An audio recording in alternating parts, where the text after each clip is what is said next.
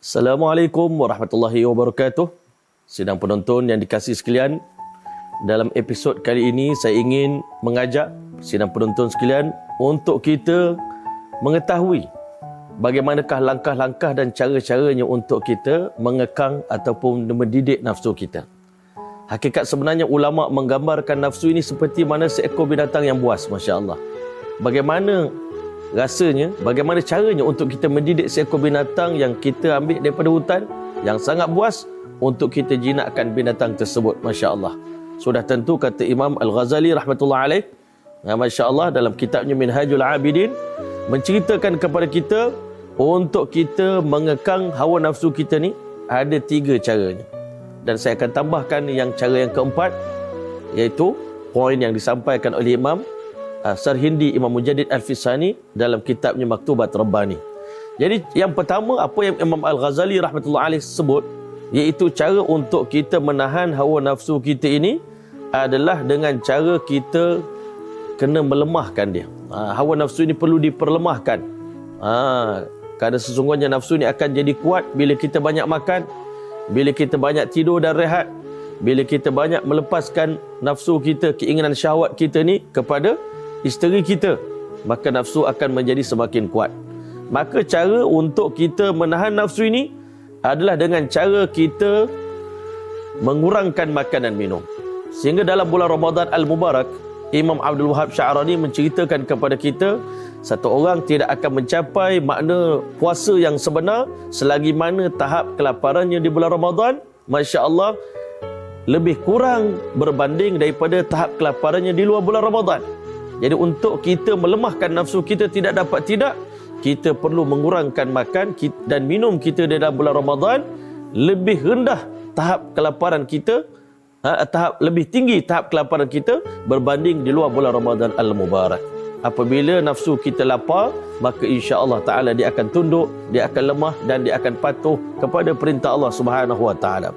Yang kedua, kata Imam Al-Ghazali rahmatullah alaih, cara untuk kita mengekang atau mendidik nafsu kita ini supaya tunduk kepada Allah Subhanahu wa taala, mengakui kehambaannya, iaitu dengan cara kita memikulkan bebanan yang banyak di atas nafsu kita. Itu dengan kita memperbanyakkan amal-amal, sama ada yang fardu dan yang sunat. Sudah tentu nafsu kita tak suka bercanggah. Sebagaimana Nabi sallallahu alaihi wasallam menceritakan, huffatil jannatu bil makarih, syurga itu dipagari dengan segala benda yang nafsu tak suka. Dan sudah tentu nafsu tak suka amal ibadah. Amal fardu sangat berat bagi nafsu, dan juga amal-amal sunat yang sudah tentu di dalam bulan Ramadan Al-Mubarak Allah hidangkan di hadapan kita, masya-Allah, benda yang nafsu tak suka, tetapi roh manusia, kemalaikatan dalam diri kita ini sangat-sangat suka. Kerana ulama kata bagi jasad ada makanannya, bagi roh pun ada makanannya. Nafsu sukakan makanan jasad, tetapi roh kita suka kepada makanan rohani. Sehingga nanti masya-Allah apabila roh kita mengenderai kita punya nafsu kita, maka insya-Allah taala nafsu tadi akan mencapai nafsu mutmainnah. Untuk itu Imam Al-Ghazali rahmatullah alaih juga menambahkan lagi satu lagi poin, di mana untuk kita mendidik nafsu kita ni tak dapat tidak kita memohon doa kepada Allah Subhanahu wa taala.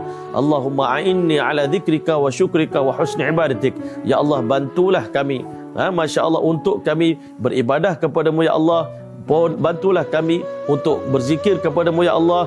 Wa husni ibadatik, bantulah kami untuk menyempurnakan ibadah kepadamu ya Allah. Allahumma ati nufusana taqwaha, ya Allah, kurniakan ketakwaan dalam nafsu kami ini. Bagilah nafsu kami jadi nafsu yang ada di dalamnya ketakwaan kepada Allah Subhanahu wa taala. Dan Imam Sarhindi menambahkan lagi cara untuk kita mendidik nafsu kita adalah dengan cara kita mengikuti sunnah baginda Muhammad sallallahu alaihi wasallam. Sesungguhnya sunnah Nabi lah merupakan pengekang nafsu yang terbaik sekali untuk kita mengontrol nafsu kita. Dan bahkan ulama juga menambah lagi, cara untuk kita mengekang nafsu kita tidak lain dan tidak bukan adalah ketakwaan kepada Allah Ta'ala lah, merupakan elemen yang terpenting dalam mendidik nafsu. Apabila adanya rasa takut dalam diri seorang hamba kepada Allah, pasti nafsunya juga akan tunduk dan takut untuk melakukan kedurhakaan kepada Allah. Kita berdoa kepada Allah, mudah-mudahan Allah SWT kurniakan kepada kita nafsu yang mutmainnah, nafsu yang sentiasa suci dan bersih, sentiasa inginkan kebaikan, nafsu yang mana didorong oleh bisikan-bisikan daripada para malaikat yang akan menjadikan kita insan yang taat dan takut pada Allah Subhanahu wa taala, insya-Allah. Amin amin rabbil alamin.